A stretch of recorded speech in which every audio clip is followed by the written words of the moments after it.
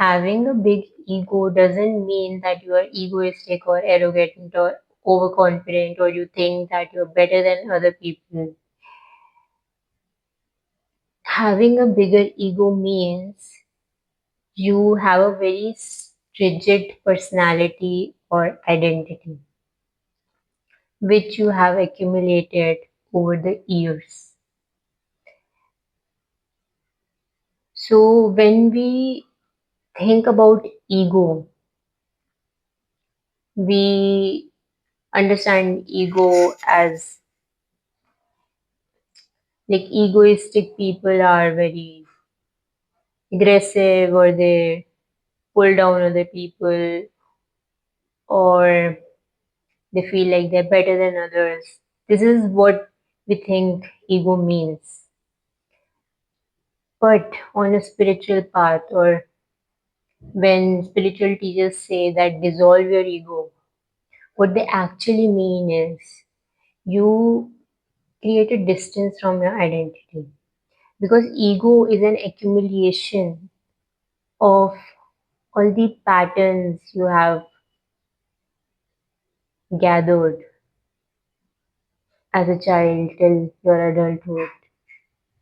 The patterns, the limiting patterns, the unconscious behaviors or identities which have been given to you, like where you are born, in which family you are born, your country, the type of work that you do, how you dress, how you speak, even your gender, these could all be said to be part of your identity.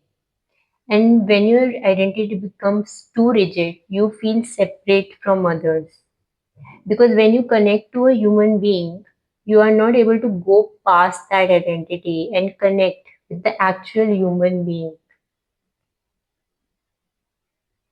For example, if you are a teacher, you work as a teacher, and you have very limited identity, you will only interact with teachers. But how will that expand your consciousness? You can also connect with others like a human being, right? Because as a human being, you belong to all human beings. And when we are connected to our consciousness, we already know, we have that feeling inside us that we are part of this whole universe. That's what we are made of. That consciousness, that love we feel is actually the divinity inside us. We are connected to this whole universe. So when your identity becomes too rigid, and identity also includes your trauma, your pain, your hurt from the past, your unconscious patterns. For example, when on you are on the spiritual journeys, very easy to feel like life is against you because the same patterns are being created in your life. And although people look very different, but the feeling is the same, that hurt is the same that is playing out in your life. And it is happening because life wants you to now make a different choice.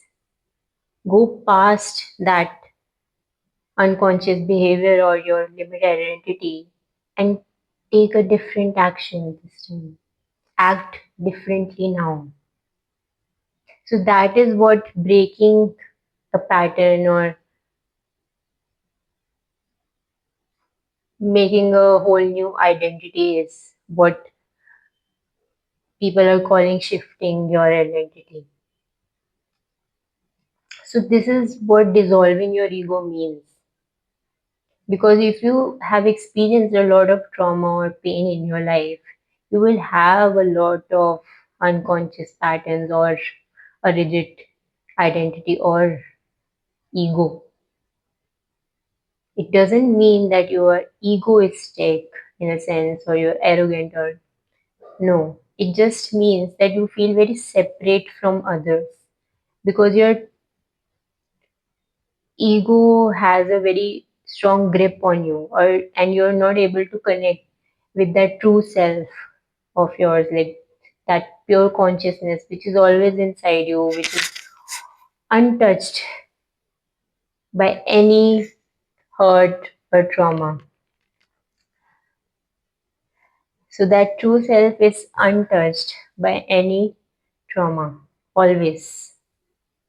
Even when you have been hurt continuously, even then, if you're on this journey with me, on this spiritual journey, awakening journey, you must have felt that pure bliss inside you. Even for some moments, it comes and goes, but that unity you feel with all the beings around you when you are in nature, or someday when you are feeling that bliss and you feel like you're floating. So that part of you is always inside you, that calm, peace, love, that's always untouched. But when you have accumulated so much pain, trauma, limiting patterns, feeling unsafe, all that is stored in your body, in your mental body, in your physical body, in your emotional body, and it can even manifest as diseases. So, what we are doing on this spiritual awakening journey or the spiritual path is breaking our old patterns, shifting our identity, or dissolving our ego so that we can always be connected with our true self, that childlike wonder or unity consciousness or yoga, the inner union. Because yoga is not just physical exercise, it is it literally means inner union. So you feel union with all the things around you, physical, non-physical, both.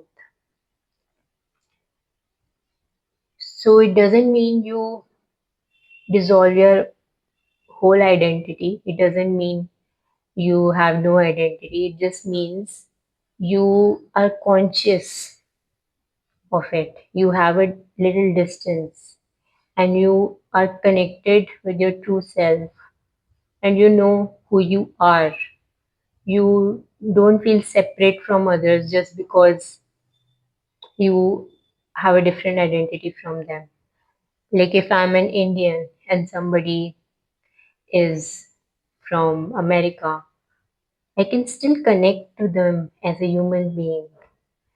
Even if we have different identities, we live in different countries, that doesn't mean I cannot connect to him or her as a human being and we are part of the same consciousness, right? So when we have a lot of trauma and pain inside, that also separates us from others. We feel like we are different from them. But the part of us that our true self, our consciousness, is always connected to others. So the whole journey is that you keep releasing that pain from your body, from your system, so that you don't have a fixed identity or very rigid ego that separates you from others. So that's what spiritual teachers mean about by dissolving your ego. It's not about not being confident or being who you are or becoming dumb.